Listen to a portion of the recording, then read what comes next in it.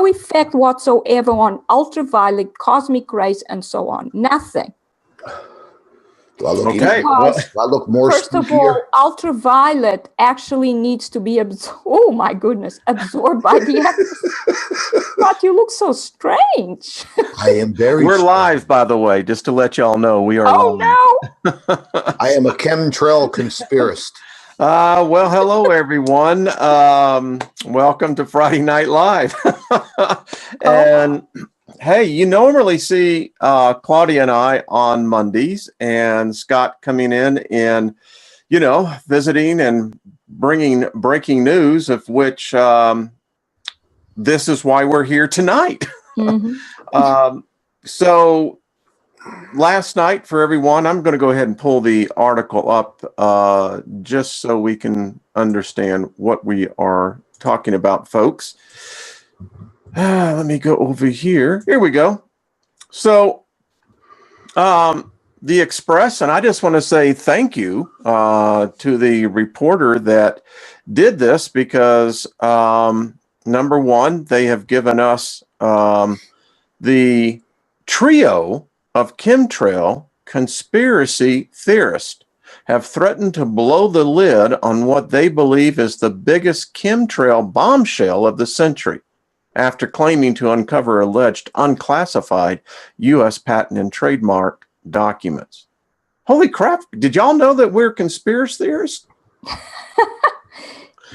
I don't think so. In fact, I believe that the conspirators are actually the military and government puppet masters who are lying to the public about chemtrails and keep saying that it's all about global warming. But actually, global warming is a hoax, because they're using particles that actually retain heat in the atmosphere and cause a greenhouse effect. Exactly. Well, what got me about this, Scott, I'd love to get your take on this, is that they try to come in and debunk this, even showing pictures that, they're trying to say are contrails, which is ridiculous. And they're actually taking a poll. I wonder if the poll is still up. Yeah, I noticed the poll. Yeah. Let's see. I'll go ahead and vote. Look at this. We're still in a majority. Yeah. Yeah. Yeah. Well, there you go. So 57% of the world believes that this is more than just a conspiracy. So, Scott, what do you think about this? Well, I mean, me and Claudia, we were talking deeply about it for hours today. And we know that the chemtrailing exists. So, we could just put that to rest. There have been hundreds of people that have been in depth in the chemtrail so-called, quote, conspiracy, which it's not a conspiracy on our end. The conspiracy lies on the other end. Yeah, I mean, we've got nothing. We're not making this happen. We're not, somehow behind it and, colluding. Exactly. The more and more information that I've been digging up, and, this is not my first go around with chemtrails. Like I said, the last time we did our live stream, back in 2005 is when I really started to notice this chemtrailing in the skies. Didn't know much about it, did a lot of research on it. I started posting information all over Facebook about it. And in 2010, Facebook deleted my personal account. And I got no explanation whatsoever. So the more and more that I dug into it, it moved me back into the Planet X research and what is happening in our skies. Why are they doing this? And this is what me and Claudia were talking about today. So it's not a matter of, are they chemtrailing? We know that they are chemtrailing, but what are the true reasons why? Okay. Yeah. Geoengineering, I hate to use the word because it's really not geoengineering. I mean, yeah, they may try to play around with the weather, but I think as technology and time has gone on, they have learned to manipulate the weather, and there's multiple things that they are using the chemtrail for their purpose. And this is what we were discussing today. And naturally, you know, I think number one, yeah, they want to decrease our view of the sky, of the atmosphere. But when they talk about man-made global warming, I do believe that that is one of their main purposes. They are trying to heat up the planet. They are trying to keep the planet warm to an extent. Because why else would you do something like this? You're not trying to cool the planet down. You're trying to keep the planet warm. Yeah. And as far as our view of the sky goes, if we saw the sun, you know, kind of decreasing in its energy and its visible light, what we see here on Earth, we would notice that. Billions of people around the world would notice this dimming sun. So therefore, that leads into the projection of artificial light onto the Earth. We see the rises in the UV. We discussed that the last time. But is our sun actually being affected by these stellar cores? Is our sun being affected so badly that they have to perform this type of geoengineering? Is this what they're actually doing? Are they literally trying to keep the planet warm because of the decrease in energy from our sun? I mean, if you think about it, what other reasons would they try to heat the planet up? Because that's exactly what they're doing. They're not cooling the planet. They're trapping all of that right here. At the same time, I also do believe that they are trying to reflect a lot of the radiation back into space.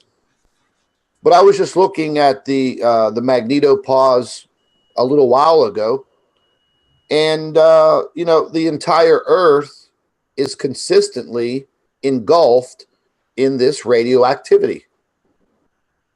Correct. Now, we do have some periods where it kind of dissipates quite a bit, but as of lately, 2017, all of this year, we're seeing this bounce back of this radiation that literally makes its way around the bow shock and leads right back in and goes directly around the Earth. And we see it. I've shown everyone hundreds of times on the magnetopause model.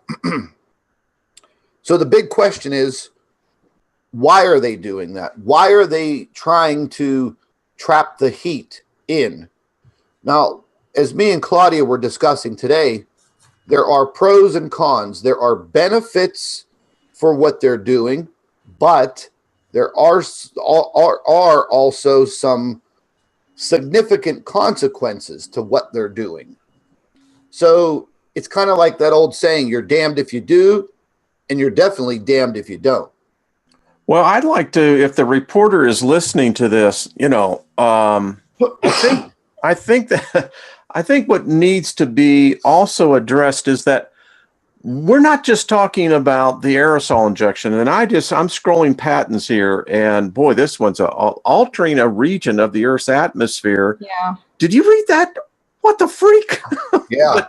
Yeah, it talks about the ionosphere and the magnetosphere, and that's what I've noticed as well. They found a way to manipulate space weather. In 1977, they already had a way for creating artificial aurora and enhanced geomagnetic storms. So you can imagine what they can do now. Basically, they can just create a geomagnetic storm out of nothing. The ionosphere is being manipulated, and we can see that this is being done because one of the results is that the regions of the poles would heat up. much more than the rest, because whatever you do in the magnetosphere and the ionosphere will be amplified at the magnetic poles. So if they're heating the ionosphere through all these injections of barium and so on, and cold plasma, what is going to happen is the Earth is going to heat up at the poles. And that's exactly what we're seeing happening. Claudia, could we discuss this one? And Scott as well. I'm reading this. Here we're talking about particles, generation, electrical charge in aerosols, right? Mm-hmm. The last sentence in this one really caught my eye. The charge product also may be used for distributing mist, distributing ionic material in air, e.g., for a sense of well-being and for seeding clouds. What sense of well-being are they talking about? The sense of well-being that you don't see differences in the light in the sky. Thank you. Because if you did, like I said back in 2016, Wayne, I told everybody back in 2016 in the middle of the summer, driving down, the main street in the town that I live in at 3 o'clock in the afternoon, there are no shadows.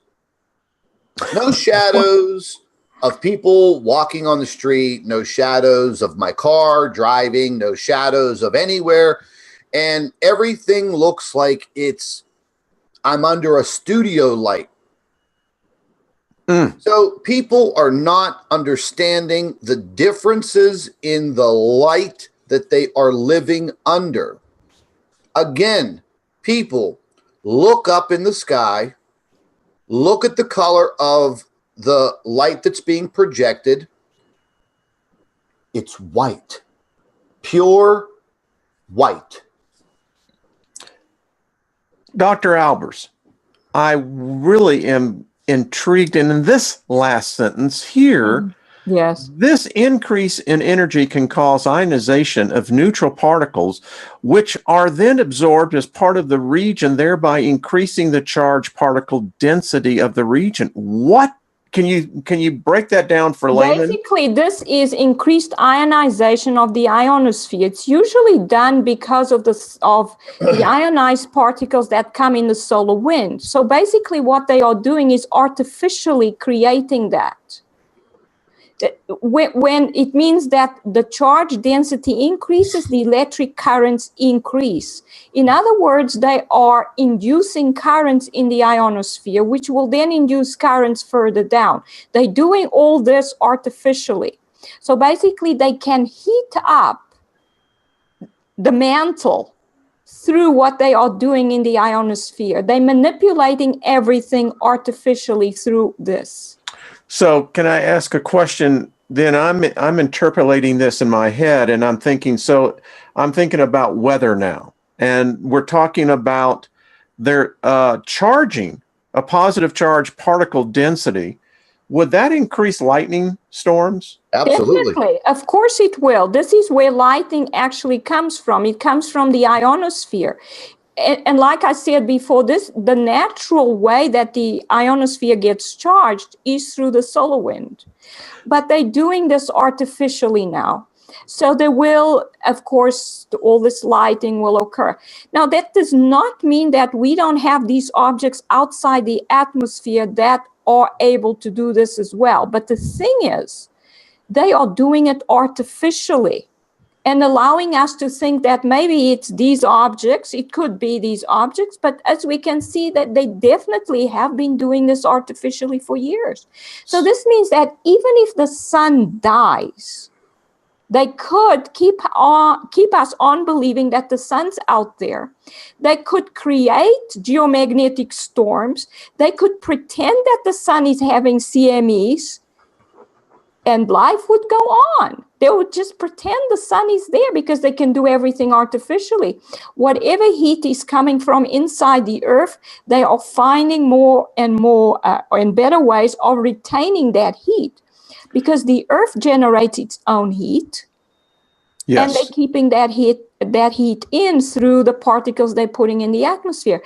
And the fact that they are chemtrailing more and more suggests that perhaps the sun's even weaker and they need more of these particles. Also, they need to hide all the technology that's up there that's doing all this, simulating the sun, simulating the moon, etc. Can we talk about then what's happening in India? Yeah, another blazing heat wave once again, third year in a row. Well, Pakistan, 123 degrees. Now, up in here, in this region here, they have been experiencing what can only be described as very unusual lightning storms. I think in one storm, I believe there was some 1,300 that were killed by lightning strikes. The report I was reading, they were getting 3,000 strikes per minute. Oh my goodness. Now, what's causing that? I mean, and then of course they have the huboos that they did not have of those. Those are the dust storms. And I know what dust does to the atmosphere as well. It will start charging the particles. Yeah, well, the dust is nucleation centers for producing cloud condensation centers to produce clouds, and that will then lead to rain. And the charging actually occurs because our ionosphere is charged, so it's negatively charged. So there's a high negative charge at the top of the atmosphere, whilst the surface of the Earth is positively charged. So there's a potential across. And you know, the particles that move up there will be charged by the fact that it's more negatively charged up there through moving through the atmosphere. But the thing is, they have the ability, especially because our atmosphere is now so conductive because of all the metallic particles that they have injected into the atmosphere. And with the electromagnetic radiation that they have, they basically can manipulate anything. They can manipulate the jet stream. They can place some areas of the Earth separated from others. They can cause these areas to just circulate, move around in a circle and not move anywhere. They can stop rain from occurring in a certain region and thus create drought, because they can just manipulate the electromagnetic field. And what causes rain and the circulation of clouds is all an electromagnetic field that's all fed by the ionosphere. Through manipulating all this, they manipulate the weather. Basically, they can do whatever they want. But again, remember, there are pros and cons to everything that they are doing. Actually, I think they are mainly cons. Yeah, but there are things that, okay, if you try and manipulate this or you try to block out that, well, okay, this is going to occur. Oh, what are we going to do now? Do you understand what I'm saying? Yep. The system is not perfect. Man is definitely not perfect. They definitely have advanced technology that we don't actually know about, but that advanced technology is still somewhat out of control. Yeah. They haven't harnessed it completely yet. Yeah. That's the scary part. This is how it started. It started over 100 years ago, because what happened was they started producing electricity from coal.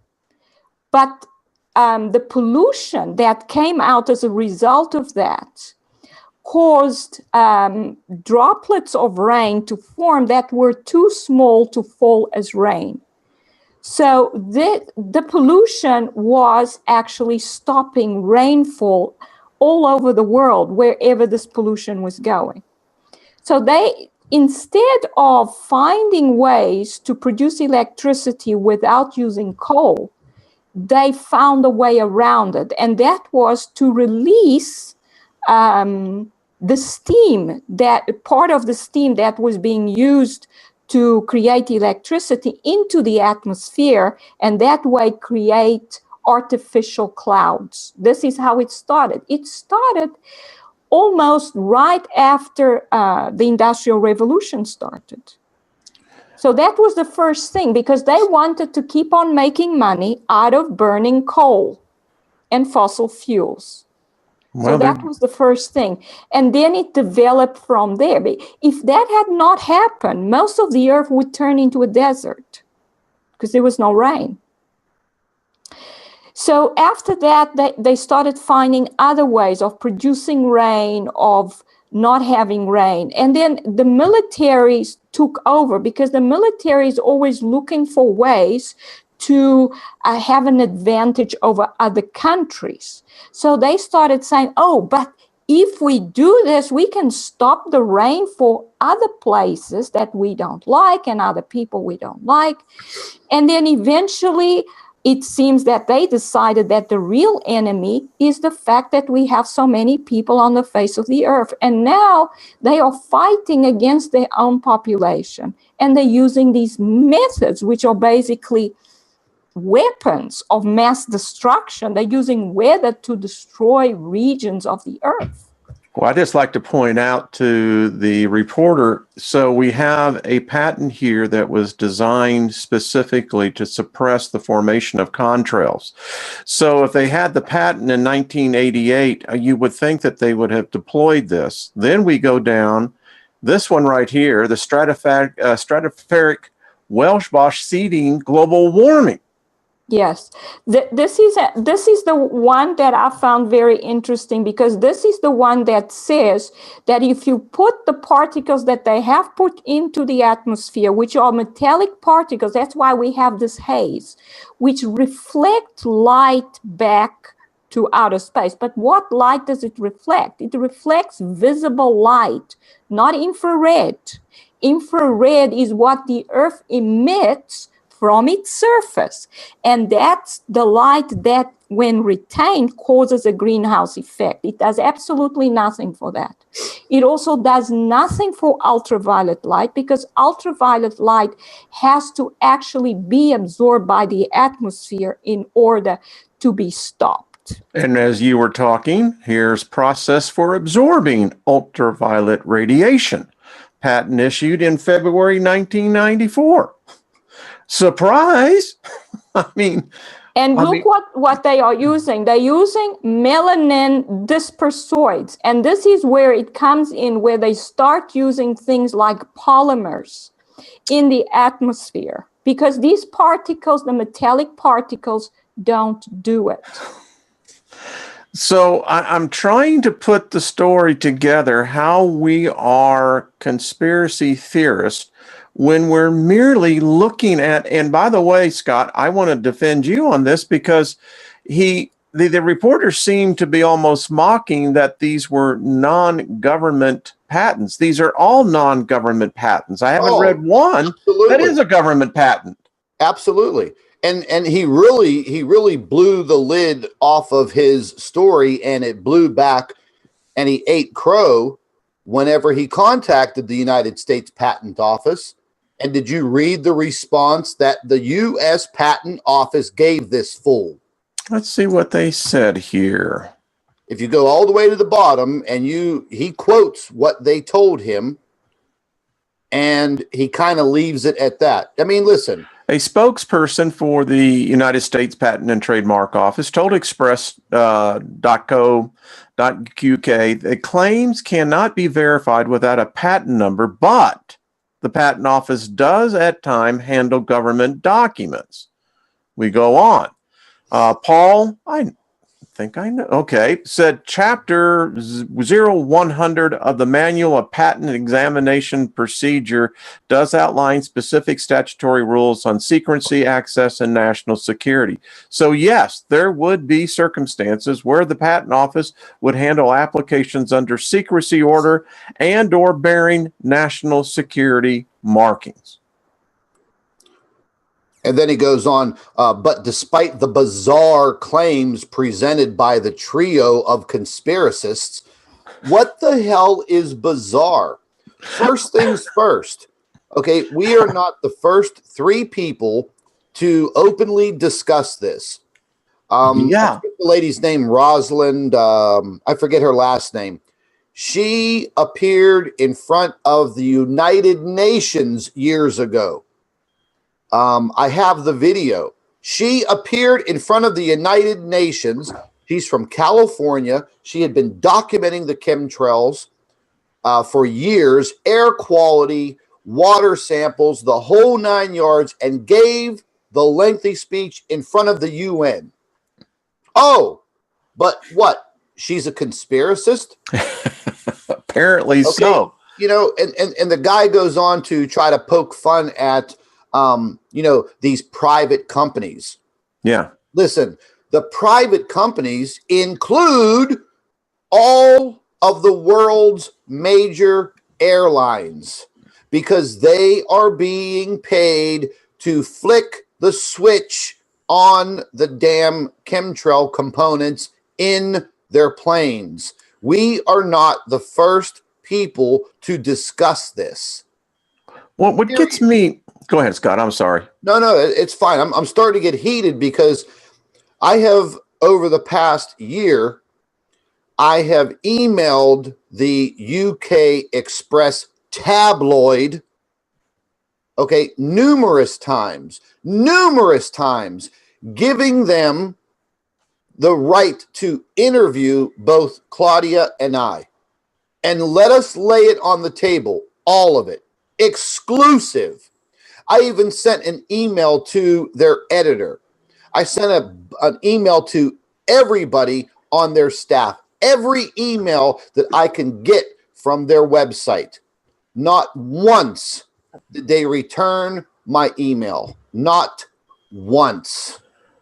Yeah, and I like to take issue with Ken here. Ken, if you'd like to come in, and we'd love to have a intelligent scientific discussion with you, because I don't like this when it says that the whole contrail conspiracy was debunked by numerous scientists studying the chemical composition of the atmosphere. Who is the scientist? What is the empirical data that they are looking at? Who generated the data? And where is that data? Secondly, to say that we argued conspiracists ignore the empirical evidence presented to them. I've not been presented any evidence other than what we have done as nothing more than researchers looking at the evidence. Now, I still want to know, we're looking at, this is page 6 of 10, of patent after patent after patent. What are we missing here as the three conspiracists on this story? I mean, Scott, you know, you're apparently the bullseye target of this, because I'm glad you're the master conspiracy. I'm glad I am. I'll paint that target bullseye right on my forehead. And you know, I've told these people before, if you want to talk about this, you want to interview us, whatever you want to do, let's do it. Because the bottom line is, people are seeing it more and more around the world, and there have been others over the years that have gone out there, put themselves out there, and they've talked about this passionately. Okay, we know it's being conducted. We know that they are putting bad things into the air. The bottom line is, why? Yeah, and the other thing is, I have an article where they actually measured the ultraviolet radiation that's reaching the surface. And it's more than is supposed to arrive from the sun at the top of the atmosphere. So if they are interested in reflecting ultraviolet radiation back into space, how can the amount of radiation now reaching the surface be more than if we had no ozone layer whatsoever? Listen, I'm this aqueous polymer. All right, so I'm reading this, and what the hell? It says that the polymer. I mean, sorry, you know. But what's getting me, folks?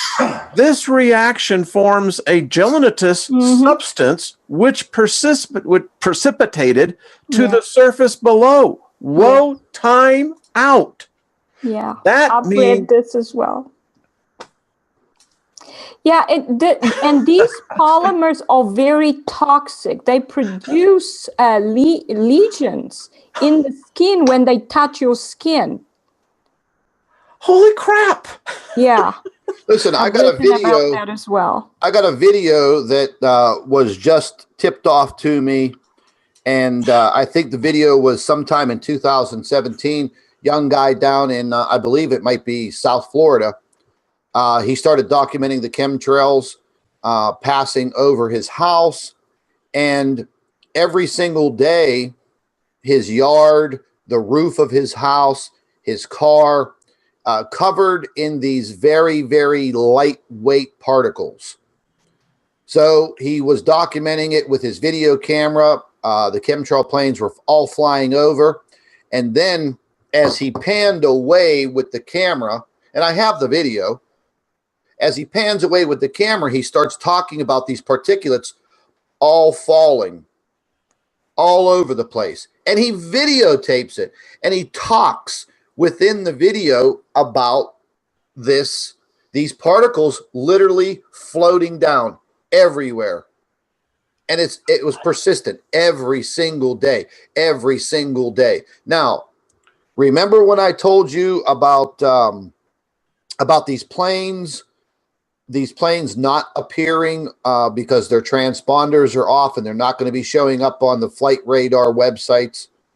Okay, before I even talked about that, there are retired pilots, not commercial pilots, but, just your regular run-of-the-mill, oh, let's buy an airplane, your little, what do they call them?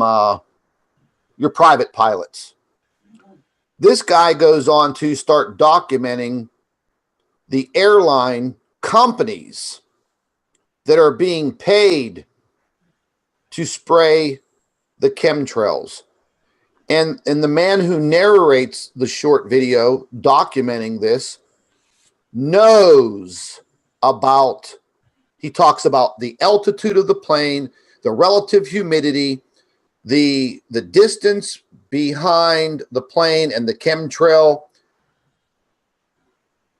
The disbursement is coming directly from nozzles attached to the wings.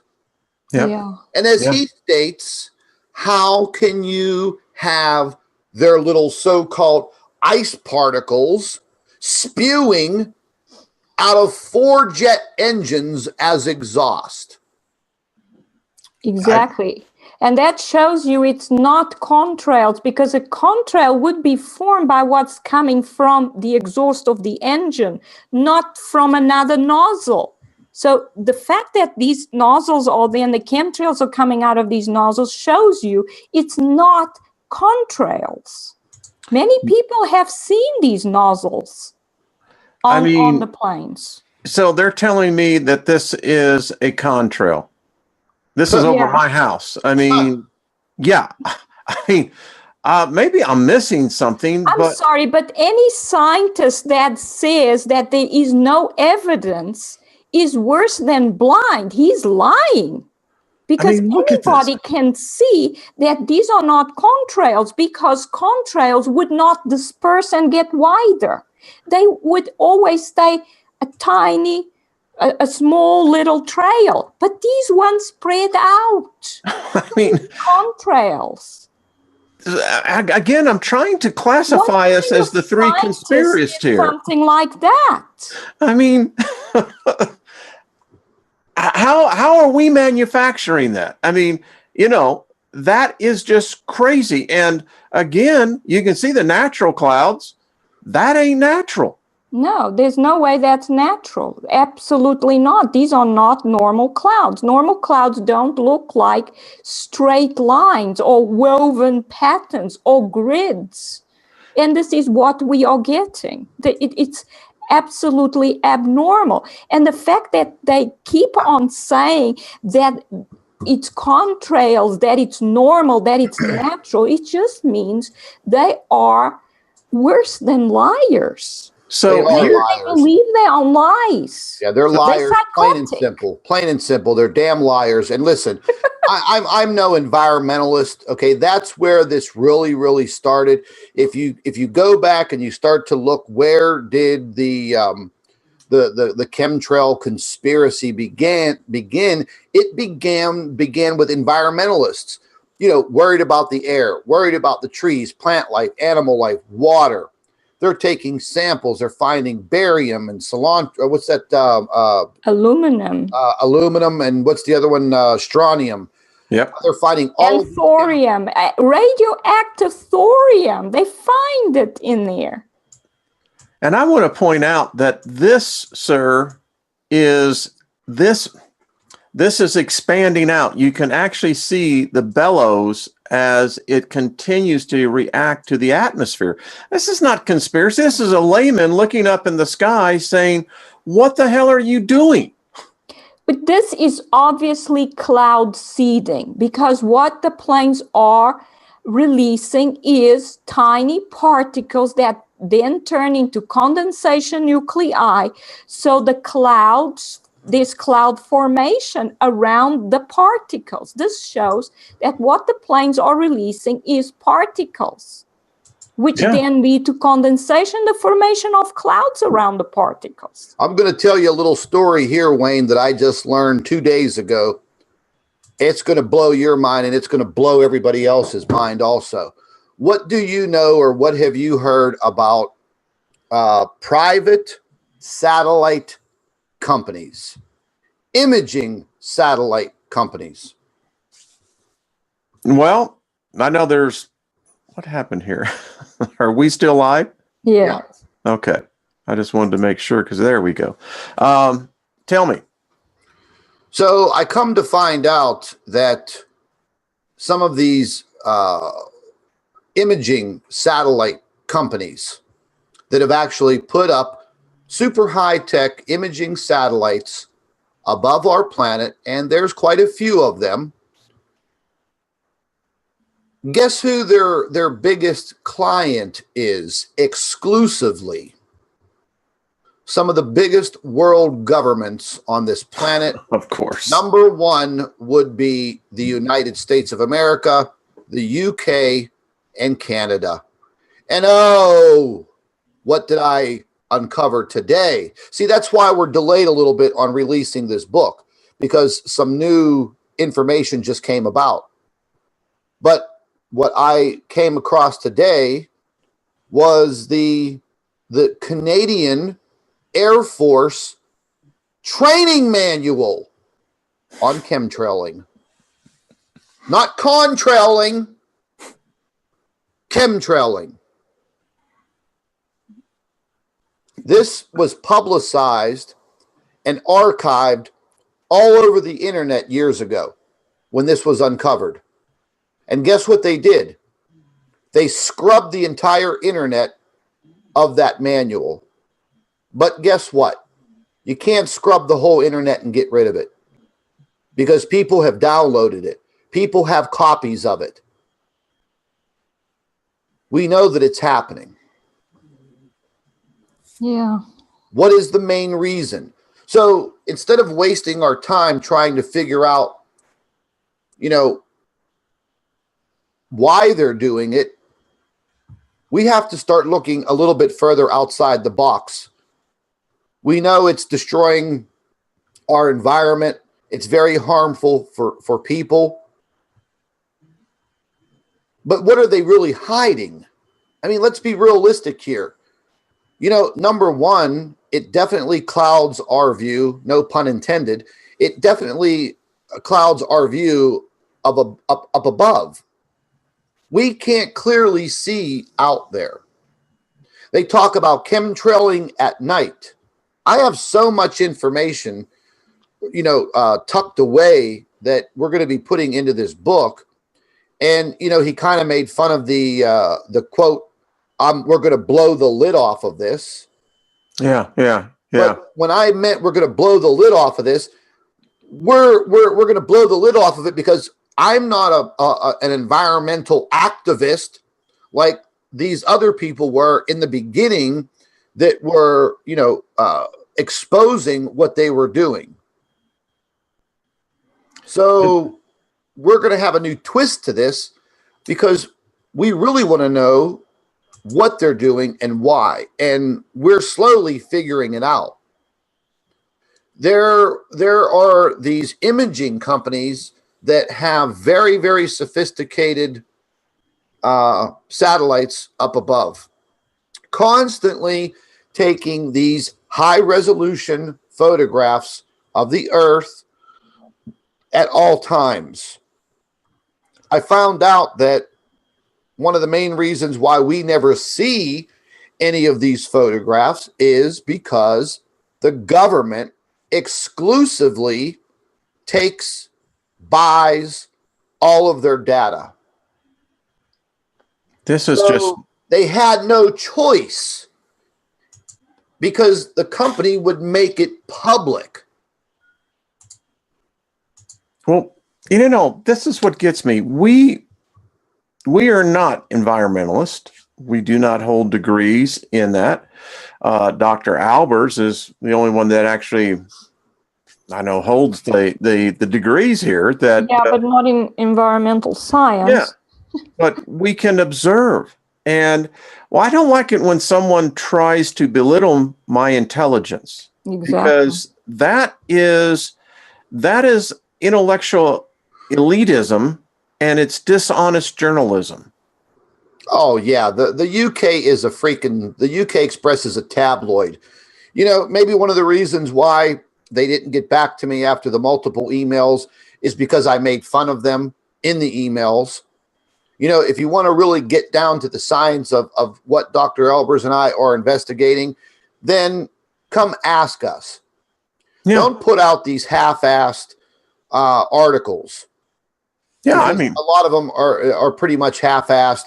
Oh, Nibiru crashing into the Earth on November 18th. It's every single week.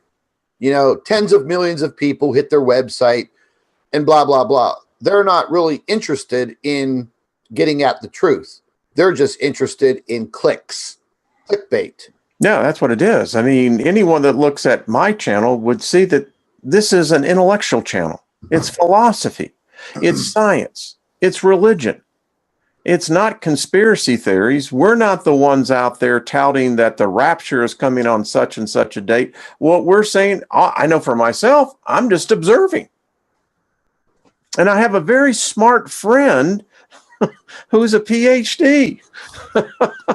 Yeah, and there's a lot of other scientists out there that have they become quite outspoken about what is happening to our skies, what is happening to our air. And getting back to this so-called debunking report, I had a chance to read the report. Okay, it's all funded. So if I'm going to give you government funding for your research, then you are going to tell me what I want to hear, not the truth, or else I'm going to cut your funding. The borrower is always subservient to the lender. Mm-hmm. Yeah. That's right. Absolutely. Wasn't it the Merchant of Venice that the pound of flesh that was going to be required? Mm-hmm. Just saying it. Yeah. Yeah, but Wayne, what upsets me the most is that scientists who have a responsibility to do ethical research and report their findings will say something like this person that's quoted on that newspaper article. Ken, yes. And atmospheric scientists that's saying that other people are ignoring empirical results. How can he say a thing like that? It is unbelievable that a scientist can actually say something like that when any person who looks up every single day can look at and observe empirical results with their own eyes. You have to be a nitwit to not see the grid patterns in our skies. And I'm not making fun of this man. Listen, I appreciate you writing the article. I really do. It's just the article's fine. What I cannot believe is that a scientist or a man of science, is he actually a man of science? How can he say something like that? Oh, I believe it. We see grid patterns. Listen, they love putting X's and pentagrams. I mean, these cats are some really weird people out there. I mean, I figured, well, I guess they're doing whatever they're doing. I think what draws me to the subject is that I'd like to know why. What's the objective here? Why is it that they will not tell the world population about what's going on? That's me and Claudia had this discussion today. You know, because it's bad. Yeah, and I think they've gotten to the point where, yeah, things are so bad, things spiraled out of control. You know, like the governments have to keep everything secret, but they use our tax dollars to do it. Blah, blah, blah, blah, blah. You know, it's ridiculous. We released the book today. Yes, I led the link. And published it for the sun simulator. Because people say, oh, that's impossible. That's impossible. Get the hell out of here. We have photographs that were captured from, excuse me, the International Space Station that freaking show an object out there with a freaking umbrella shape to it. I'm starting to stutter because I'm getting mad because the photographic evidence is there. It's there. Nobody's explaining it. How can you look at these photographs and say that is our sun? I mean, right now, I would love to share them with the audience and let them see what I've seen. I've published them before, months ago, but there's a lot of people that are now coming on board that need to be brought up to speed.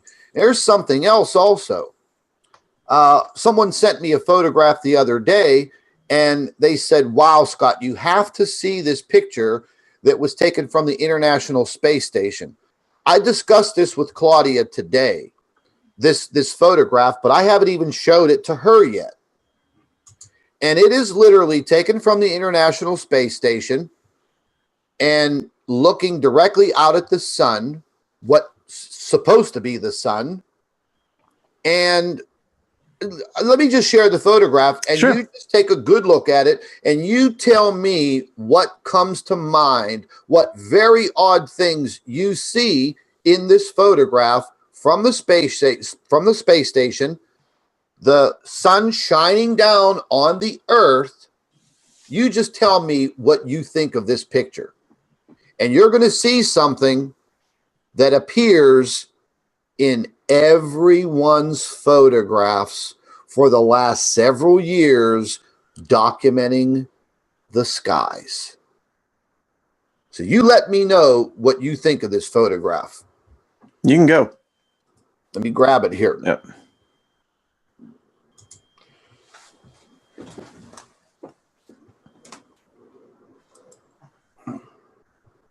You guys able to see that? Yep. Mm-hmm. Oh my goodness.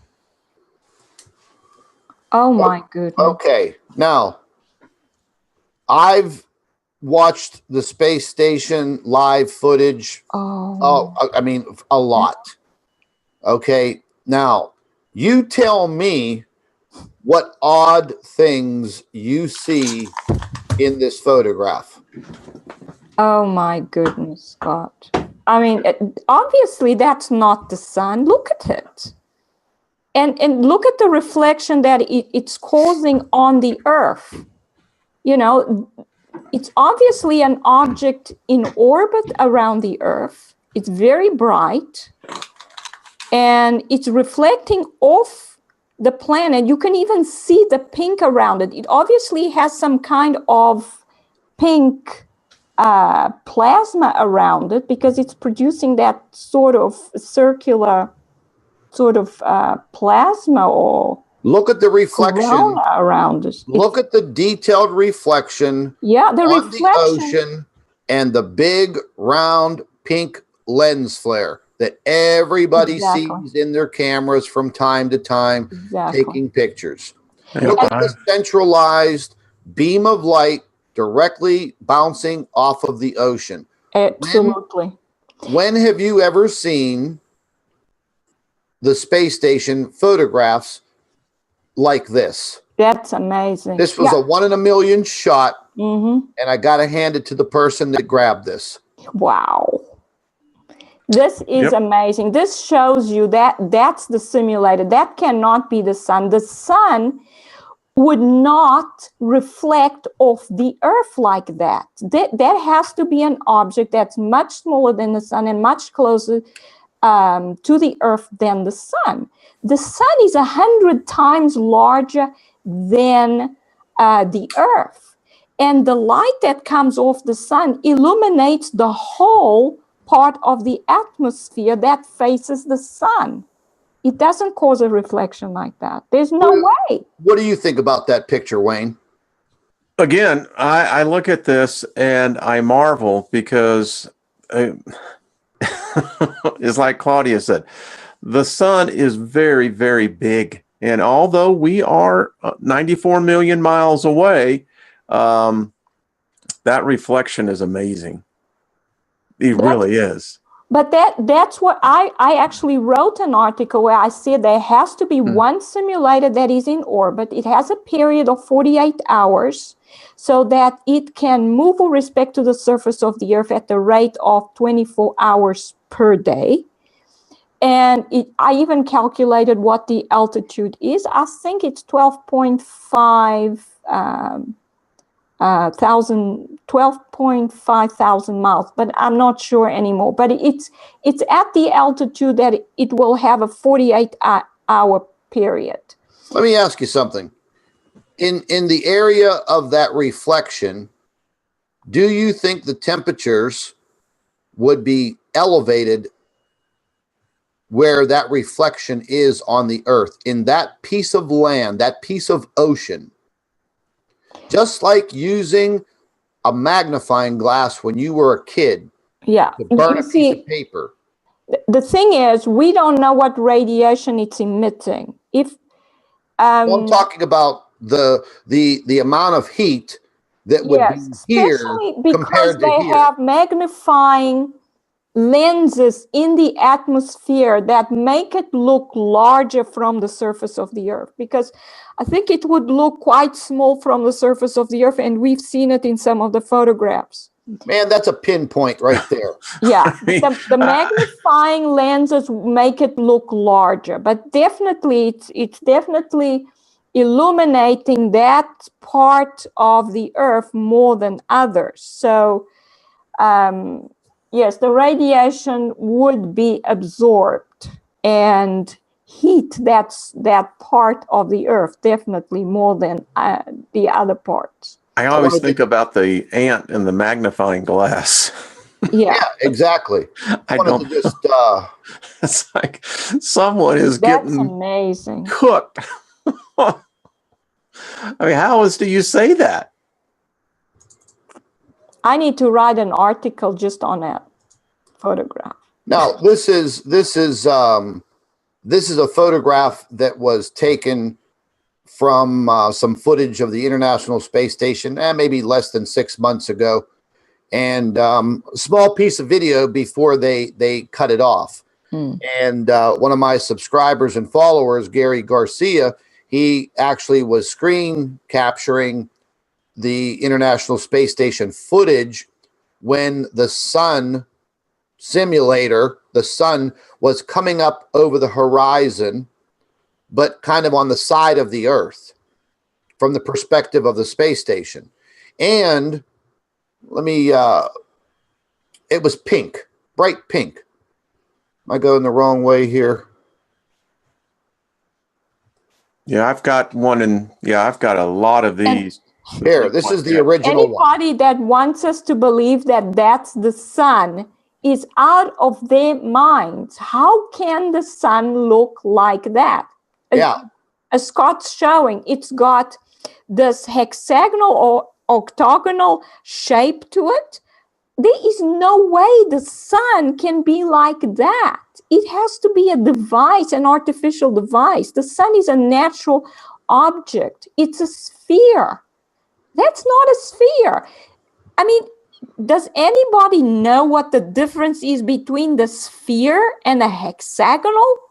Because that's what it comes down to. Look at the definition in this. You could literally see the lines in this this octagonal shape. It's kind of off a little bit. It's a little longer on this side. But okay, so since when does the sun look like this? Exactly. There is no way this is the sun. There's no atmosphere to distort it. Now we're not talking about atmospheric phenomenon. And even if there was an atmosphere, there's no way the atmosphere would cause the sun to look like this. There's no way. Look at and this is inverted. Here is your centralized light. Right here, coming out of something other than it's not the sun. No. And then during this video footage, it was only a matter of less than 15 seconds, and they cut the feed. I actually have some video of one of the simulators that they're testing on the ISS. And it goes right with what you're showing here, Scott. It's quite remarkable when you look at this. Yeah, I mean, it's insane that people think that we're making this up, talking about a sun simulator. Well, check this out. I'm going to take your screen. Do you see this? Yeah. Okay, watch. This is a simulator. I don't know what this is, but whatever it is, it's high powered. But yeah, watch it's for a plasma yourself. beam generator, looks like to me. And here's where it Well, started to laser. malfunction. Look at that. Now watch this. It's actually, it seems to be working almost like a reflector. It's reflecting the beam that hits it.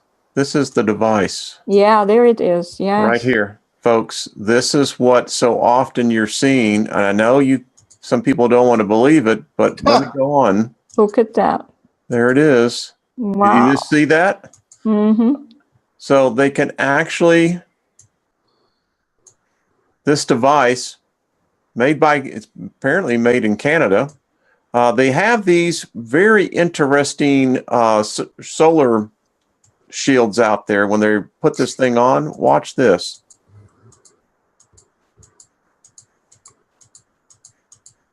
Wow. My goodness. Now watch what happens on the IS. We just saw the sun go down, right? Yes. Let me just get right back there, or what they say is, there it is, right there. Now watch this. So it's supposed to be in total darkness. Watch what happens. Where's the sun coming up? The time code hasn't changed on this. Here is the device. I'll go back. Pay attention right here. And look what they do.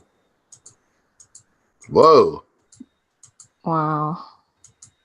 You know, and I've said all along for the last 2 years that the International Space Station definitely has something to do with the sun simulators. There is more than one. Yes. I know people say they want to criticize us, but what do you do with this? I don't know. That's the thing. No one, they just want us to believe, no, we're not sure what we're saying or doing. And so we should just be quiet. That's what they're trying to do. They try to put doubt in people's minds. And then to cause them to stop talking. But there's no doubt whatsoever. These people, the so-called scientists that keep saying that we conspiracy theorists and we don't know what we're talking about and we ignoring empirical evidence, they're the ones that are looking really bad now because they are liars. So, I've played this video many, many times, and, I challenge any of the naysayers, let me just get this, to tell us what this is. Give me 1 second, guys and ladies. Let me just share this with everyone. And then we'll kind of get this, where am I? Give me 1 second. I am a little lost. I got too many windows open. I do. It's like, where am I, man? So let me get this. So here's our device. I mean, what is it? Yeah, I remember when you posted this So video. we've seen this, I no one's ever told me what this thing is, and whatever it is, it's hot. Yeah, it is. There's like a smoke trail coming up on both sides. I think I've seen this before. It's unbelievable. Yeah, I mean, this is not normal. There it is. This is Not when normal at all. It obviously, it's definitely not the sun. And then when we start trying to work out how it works and so on, that's a little bit more complicated. We don't even know. I think they have smaller ones and larger ones. But this goes with your photo, Scott, perfectly. Yeah, I mean, exactly. It's, and again, we're not the only 3 people on this planet that are uncovering this information and that are asking these questions. People don't seem to want to believe the fact that there is an object or several of these devices up there that are simulating the sun. Look at the intense sunburn that people got in 2016, 2017, and then just now reported a few days ago during some of these heat waves that are exploding in different parts of the world, but they're in centralized areas. Just yesterday, this heat explosion occurred in a very small portion of the East Coast. New York City, Washington, D.C., northern New Jersey.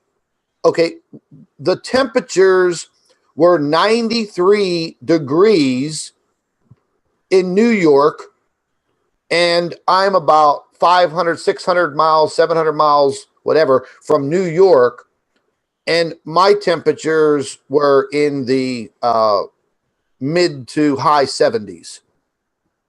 That's so nuts. What was baking them? I think it's these devices. Listen, they can call me conspiracy theorist. Listen, I've got these, by the way, on multiple hard drives in safe areas because I've got almost 2 terabytes. The cameras that are no longer working on the ISS. They no longer show those feeds. Now, this is the one I challenge everyone that's tried to debunk this. You can actually see the astronauts, their equipment right here. They're filming this as well as what they're watching. Whatever this is going on, and it's retrograding, and I still to this day do not know what's going on up in. Yeah, sorry, Wayne. What I see though, you see the beams seem to be in front of right here. Of the Earth. Yeah. That must be the Earth there, I suppose. Yes. The beams are in front. That lower beam is in front, and the object seems to be almost behind it. Yes. So this would mean that the beams are coming. It is going retro. The camera is. And look at the camera right here. They're filming this thing. Oh my goodness. This is the thing when you look at it, you get and look at, you can see their camera, they're filming it as well. Is that the curvature of the Earth there? Yes. Because now we're actually seeing the object. Watch what happens as it goes behind. It's crazy. It is crazy. I'm contending that, they got pictures of where people see 2 suns, and they say, well, that's an atmospheric, phenomenon that can be explained, but I don't know what this is. We are explaining it. Simple as that. And you can see it now going behind the Earth, or I guess you could say it was a simulated hologram. But I don't know. It's not actually, because you can see the dark outline. Even if that is the curvature of the Earth, we can see the dark outline in front of it. So what is it that we are actually seeing? It's some kind of simulation, the whole thing. I don't know. And, look what happens. Do you see did you just see that? It's like it pulsed, and it's pulsing right now and watch what happens here. This gets bizarre. And look how it begins to illuminate the whole curvature of the Earth.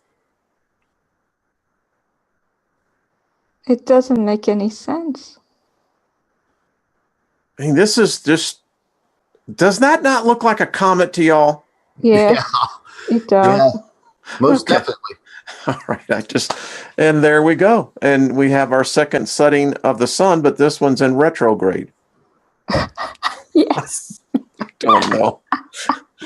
Oh, My goodness. You know, I just made another recent discovery, and I haven't made it public to anybody, you know, any of our followers on YouTube or Facebook, because it wasn't as clear as I would like it to be. But I'd like to show it to you. I'd like to get your opinion.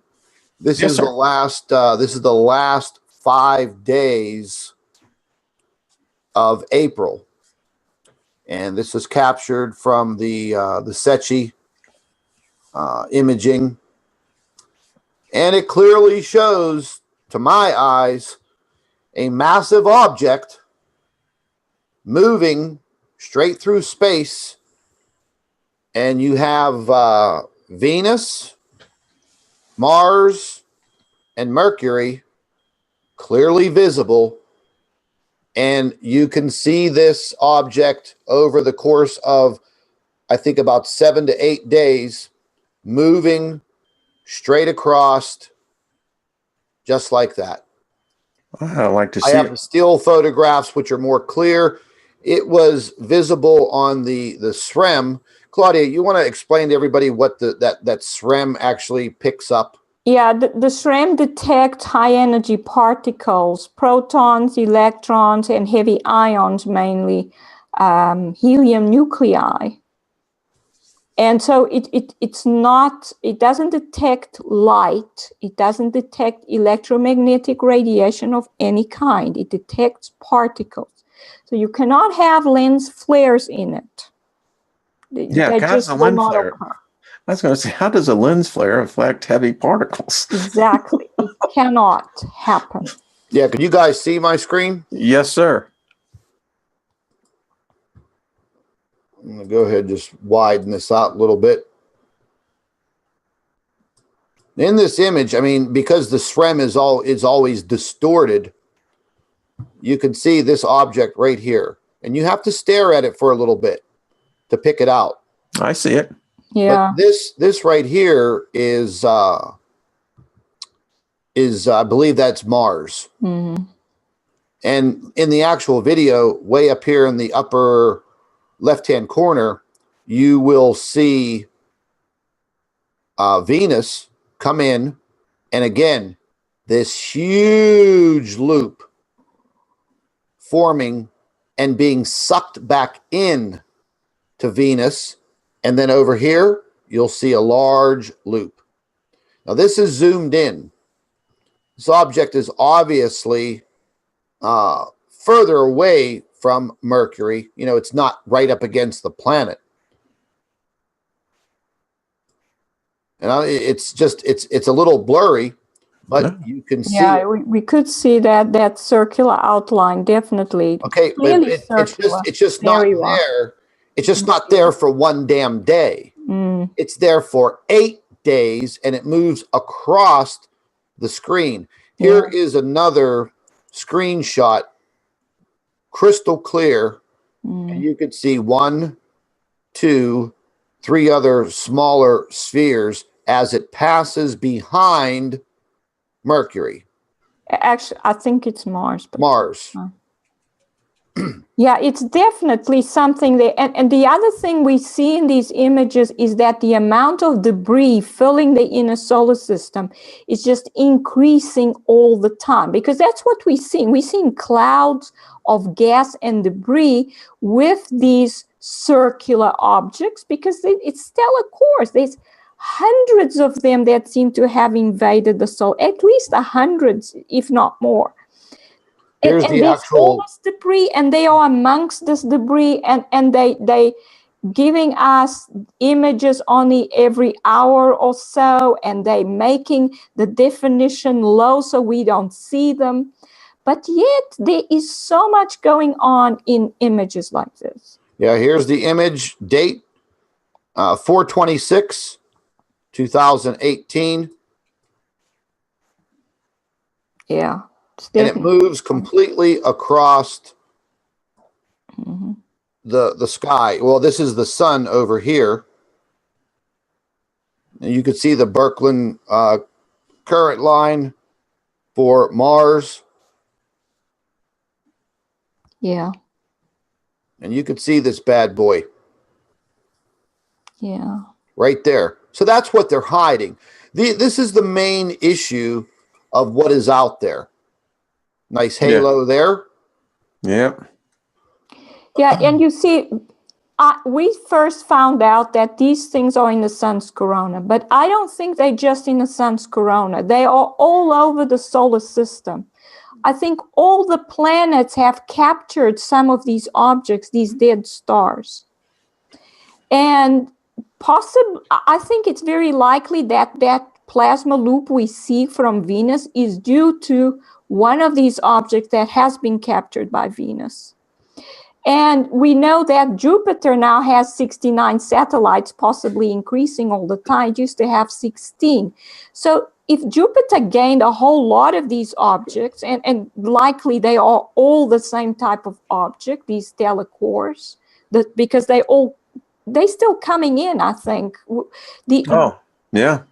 Because I actually discovered what these are. I sent you some of these articles, Wayne, where I said that what happens to stars is they are born at the galactic nucleus, and then they are flung outwards. And as they arrive at their outermost position, they die. And then they come back towards the galactic nucleus as dead stars. They're no longer emitting light.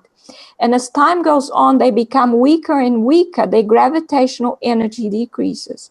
And what I mean by gravitational energy is the gravitational interaction with other objects decreases in strength. Yes. So they dead stars. So what the sun must have encountered was dead stars coming back towards the galactic nucleus for reabsorption. And instead they got attracted to the sun. That's why they came in. It's hundreds, if not thousands of them. And the Earth has these objects orbiting it as well. And they're absorbing energy from the Earth. They're emitting light. There's a whole lot of them, and they don't want us to know. Well, I'm convinced that there are things out there. I mean, I have seen them for myself. I've photographed them, and it's just no doubt about it. Yeah, I wanted to play this on a different player because I had that one in 4G. You see, there's an object there because you can see the flash of that ejection there on the right-hand side. Oh, and you see that's a large object moving in towards the sun, and it's not transparent. People sometimes think it's transparent. Why we see things within the circle is because these things are between the object and the detector. It's not a transparent object. It's a huge, big object. We've been seeing them for years in these images. I've got them. I've got my Secchi, Yeah. Listen, this is regular. This thing has what I am beginning now to believe is becoming a much more concentric orbit. Yeah. So this is one of the stellar cores. Some of them are absolutely huge and larger than the sun. But that's also because the older they are, the lower their gravitational attraction even to their own matter, so they would grow in size. Look at that. So you can, I know it's hard to see, but with a trained eye, I'm very used to viewing the Secchi and stereo and all of the footages, and I can pick these things out. And the time spans, again, 8 days. Okay, and that object starts out over here, and it makes its way all the way across. In the meantime, up here in the corner, you see Venus with this huge loop being sucked back into it. Yeah, don't forget the sun produces plasma loops. They are much, much smaller than the size of the sun. That huge loop is much larger than Venus. There is no way Venus can produce such a loop. And don't forget, the fact that we can see it means there's plasma, ionized plasma filling up the loop. And the only way you can get that loop formation is if there's a huge magnetic field there. Venus does not even generate its own magnetic field. How can it produce a loop like that? It's not, I don't think it's Venus. I think it's one of these dead stars that are orbiting Venus and it's absorbed enough energy. It's now able to produce, it has its own ionized plasma. It's acting a lot like a star can do, because these things are stars. And after they absorb some energy, they start being able to do all kinds of things again. Hey, hold on 1 second. There, you have one person in the live chat by the name of Great White Hunter. He's leaving a comment, says, Scott can't ban me here, I hope. Well, listen, for anybody who is in the live chat that is a moderator, if Mr. Great White Hunter gets out of line, ban him. There you go, buddy. Thank you very much. Right. Trolls. Well, we got the playbook on them. Go and watch The Art of Deception. It'll tell you the playbook. So, yeah. I mean, Wayne, in your eyes, do you actually see that object moving across? Yeah, let me tell you, I'm like you. I see it. I've had people try to slam me on this, but then again, I say, well, where did you get your training from? I don't think that I've seen anyone from SETI. I contacted the public information officer with the U.S. Naval Observatory. And you know what she told me? She says, we put it up there for you, the public, to determine what you want to see. So, one earthquake struck here. So, what the hell? There you go. That's pretty. Who was that? That was Dutch. Yeah. So, listen, I just want to let everyone. This is a good community here, and we respect everyone. So the trolls try to come in, we're going to smother them with love. You got that right, Nicolette. By the way, I just want to give a shout out to this group, Claudia and Scott. Last week, we helped Warrior Princess out. And folks, we exceeded our goal for the food pantry. We raised well over $500. I think when I last spoke to a Warrior Princess, it was probably getting close to $600, maybe $700. So thank you all. Thank you so very much. So anyway, folks, that's it. This is the HI-1, same footage, and you can actually see it barely. And this is engulfed in a massive cloud of dust and gases, but you can clearly see it right where my cursor is. And you could see the cloud of dust moving away from it. It's moving through it. Yeah. And you can catch it right there. Well, you know what this tells me? We're still finding out. This is a crowded neighborhood. It's getting worse because every time I haven't looked at SETI images in a long time. And when I looked at it again, I thought, I'm shocked by how much the debris has increased. Yes. And I know where the debris comes from because the stellar cores shed their outer layers when they arrive at the sun. Hey, we see the blue one do that. You want to hear something good going back to the chemtrails real quick while I have this up there? Listen to this gentleman.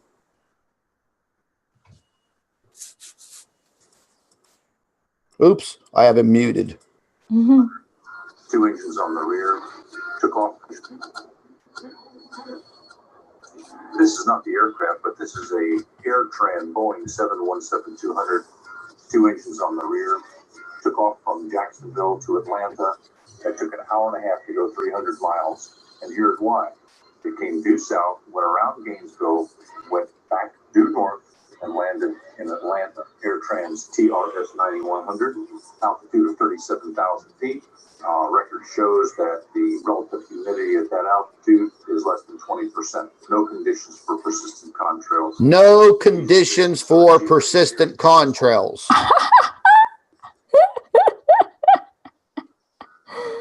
Oh my goodness. You will see another aerosolized persistent contrail. All right, so there's our evidence. Or there was a bubble in the aerosol. There is just so much evidence that it's Yes. overwhelming. There It is is. just How much do you think? irrefutable, overwhelming evidence that this is occurring. Click on the If link below. anybody tries to even say that it's not happening, I think we should just This is not the airplane. ignore them because they are Yeah. obviously lying. I agree. I absolutely Anybody agree. can tell by Watch looking this. up that this is happening. At about 1 p.m., And it's happening every single day. unmistakable north-south aerosol operation over South Florida that has drifted with a cirrus level flow out into the Atlantic as the day progresses. These are not chemtrails. Instead, they are large volume aerosol plumes, or LVAP. This technique is increasingly used to dump aerosols in much larger volumes than chemtrails alone could provide. A ground observer in southeast Florida posted a video that captures this event early in the morning. This is evidence that the large volume dumps were deployed under cover of darkness before sunrise. The observer describes these unusual clouds and goes on to show particulates raining down from the sky like ash from an incinerator or coal ash. Links to the original video can be found in the description box. Well, And this is where There you'll you go. see. So it's natural. This is where you'll see this raining down. The sun halo going already? Oh, the sun halo. yep. Well, there we go. Up here, here's the part where it's raining down. This is Florida, people. It's not Wisconsin. Nothing's blooming still in the winter in Florida. These aren't bugs. They're not space orbs. This is bullshit falling from the sky. There you go. So, Mr. Barack Obama, the environmental climate president, this is the condition he left our planet in, with stuff actually falling from the sky. It's so polluted. Well, I think the Cut it off evidence right is very there clear. because, South Florida snow. the guy starts swearing. Yeah. I bet he does. Yeah. He starts getting pretty heated, because this is falling on his house, all over his car. Breathing it. Yeah, he's witnessing it on a daily basis. And we see the different techniques that they're using. So if they want to create something like this, like the gentleman was saying in the beginning of that video, they're doing it at night. Yeah. So when they do these big disbursements at night, from a satellite, you can see it. You I can see it clearly just walking outside at night. You can see him. Yeah. Well, this has gone a little bit longer than I anticipated, but I think it was needed to be. And I think we've stated our point. Let's just see if they decide to do another article. Yeah, let them follow up. Yeah. Yeah. Put myself on pause and come back. Why? Okay, anyway. All right. Dr. Albers, thank you. I appreciate you coming on. Scott, appreciate you coming on. I was quite taken aback when I saw the article last night. I went, well, I know. yeah. I went, well, there you go. Folks, I left a link for the book down there. So when can expect the one on the chemtrails coming out? I've I've put it together. I added some things about the patents today. I sent it back to Scott. He's got to do some work on it now. All right, Scott. Well, there you go, Scott. You have your list to do. Well, I just want to thank everyone. Appreciate it. Thank you, Brian. Thank you to all the moderators. Thank you for everyone. JH, thank you. Tomorrow night, I'm going to have Matt Hatter on. He actually does Bible codes. And I thought that that's going to be real interesting to see what he has found out. And then, Claudia, I'll see you on Monday night. Yes, I'll see you. And Scott, if they decide to write another article, let's do this again. Yeah. I mean, I'm sure they will. You know, they've already written one about Claudia. They've pretty much stayed away from me. I don't know why. I've been willing to speak with their so-called journalists. I've offered them exclusive interviews with both Claudia and myself. Listen, you know, one of the last emails that I sent them, Wayne, I sent them 30 photographs of the captures that we've had from Soho and Stereo and Secchi. Undeniable. I sent them photographs of this object captured on the cactus, coronagraph imaging. No response. So when I send the evidence and I put it on your desk, and you do nothing about it but go back to writing tabloid journalism, what do you expect? Yep. So write another report. Put us out there again. Bring more people. Bring more people to us. Well, we'll treat them good. Thank you. Thank you, UK Thank you. Express. Well, all right. All right, folks, have yourselves a good weekend. It's Friday night. I know it's getting late where y'all are at. So I appreciate it. Thank you, Scott, for all your work, my friend. You're one of the best researchers. I appreciate that. And Claudia, it goes without saying. Okay. Thank you, Wayne. Thank you for having us. This was fun. This was fun. Yeah. Yeah. I like being your favorite student, you know. Oh, good. You know, one thing, I was talking with Claudia today, and we know that there's a lot of other famous physicists out there in the world, in past history. But right now, I asked Claudia this afternoon, can you name just one famous living physicist? Can anybody? I don't know, Stephen Hawkins. So now whenever you hear the word physicist and you're encompassed into this aspect of truth, who is the most notable and well-known physicist right now on this planet? I looked up the list of the top 20. Claudia's never heard of any of them. They're all living. I've never heard of any of them. Who do you think of? I think of Dr. Claudia Albers. Thanks. That's the one I know of. Thank you very much. Thank you, both. All right. All right, Wayne. folks. Appreciate it. Buddy. All right, my friends. All right. Y'all have a good one.